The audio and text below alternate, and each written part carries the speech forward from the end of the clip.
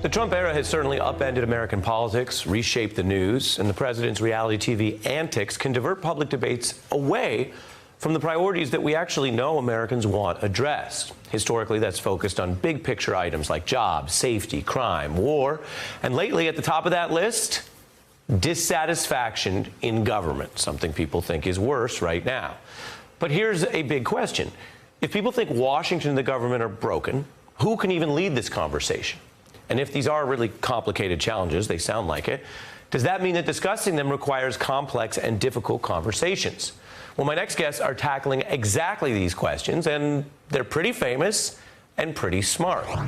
And they argue the answers can be found in clear, empirical, and lively discussions on their new podcast, Solvable. Best-selling author Malcolm Gladwell and digital journalism pioneer Jacob Weisberg are tackling what they say are the world's complex yet solvable problems. It sounds great, and thanks for coming on The Beat. Glad to be here. Thank you, Ari. Jacob, I'll start with you. You've been on our show before. People have heard you speak clearly and simply. This sounds more complicated. What is the point, and how do you get it done right? Well, it's very simple. It's the question of what are the biggest problems in the world, and who are the people who have the most interesting and inspiring ideas about solving them. And I will say, as a journalist, we focus on the conflict and we focus on the negative most of the time. I think when you take a longer perspective, you see the tremendous progress made over the last few decades in these intractable seeming problems like malnutrition, disease, maternal mortality. So much in the big picture is getting better. And so this show really is a little bit about what's been accomplished already. But if we look forward to the next half century, what can be accomplished? I love it when you put it that way. And Malcolm, in covering politics, there are tons of debates over things where the disagreement is over what is good and bad. Homelessness is a problem. We want to live in a society where people don't have to be homeless. And we are a richer nation than so many others, and we have an intractable homeless problem.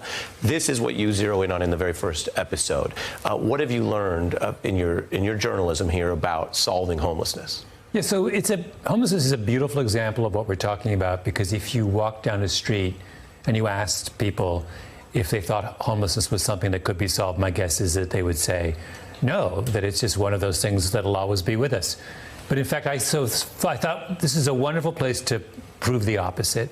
People working in that world every day who see the problem on the front lines are more optimistic today than they've ever been. So they have found roads towards improving this thing. That, as Not you just say, improving. Roseanne Haggerty will tell you, individual communities can eliminate. All right, well, let's take a brief listen to you and her talking about this. Why are we not connecting the dots in more effective ways? It's up to us to coordinate and be accountable for a result. You begin to realize that it's many different problems and many different resources can come into play to solve them, and that in no one community is the number so overwhelming that once you see the problem clearly, are you unable to solve it? And are you able to solve it when you look at the local breakthroughs? Places like in Utah and New Orleans, they've actually tried to beat it.